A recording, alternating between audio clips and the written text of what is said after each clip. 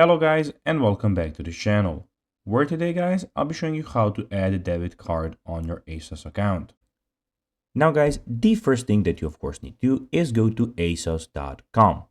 Now guys, when you're here you just need to go and log into your profile. But guys, if you do not have one, you can always go and register to ASOS.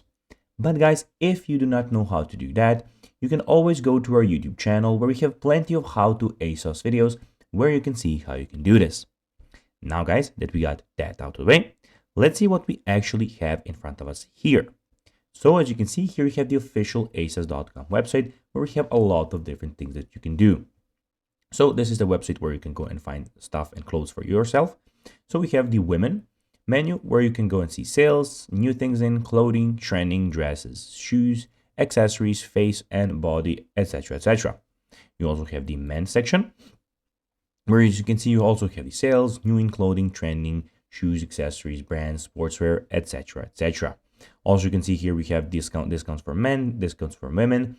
And guys, in the top right corner, you can go to the marketplace and change the language of the website and the currency. And in the top right corner, also you have everything about your account.